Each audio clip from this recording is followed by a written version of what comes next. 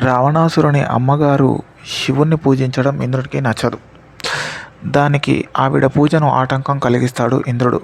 దాన్ని గమనించిన రావణాసురుడు శివుని ఆత్మలింగాన్ని తెస్తానని తపస్సు చేస్తాడు. దానికి శివుడు మెచ్చుకుంటాడు. అప్పుడు పార్వతి ఒకసారి నారాయణుని అడిగి వెళ్ళండి అని అంటుంది. అప్పుడు శివుడు భక్తులకి శివునికి మధ్యలో వేరే వారి అభిప్రాయం ఎందుకు అని అంటాడు. అప్పుడు పార్వతి, మీ భక్తులు చాలా భయంకరమైన వారు. భస్మాసురుడు చేసిన పనికి నారాయణుడు రాకపోయి ఉంటే మన పని ఏమై ఉంటుంది అని అంటుంది. దానికి శివుడు, భక్తుల కోరికలు తీర్చకుండా ఉండే స్వతంత్రం నాకు లేదు అని అంటాడు. అప్పుడు పార్వతి, నేను కూడా మీ వెంట వస్తాను అని అంటుంది. అప్పుడు శివుడు, నా నుండి నిన్ను వేరు చేసే కోరిక ఒకవేళ భక్తునికి కలిగితే అని అంటాడు శివుడు. అది ఎన్నటికీ సాధ్యం కాదు అంటుంది. అలా వారు రావణుడి దగ్గరికి వస్తారు. రావణుడు ఎంతో భక్తితో శివుణ్ణి పూజిస్తాడు.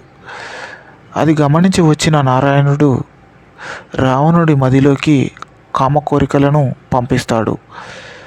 ఆ మాయలో రావణుడు తాను ఎందుకు తపస్సు చేశాను అన్న సంగతి మర్చిపోయి నేరుగా పార్వతిని చూసి ఆవిడని తన భార్యగా భావించుకుంటాడు.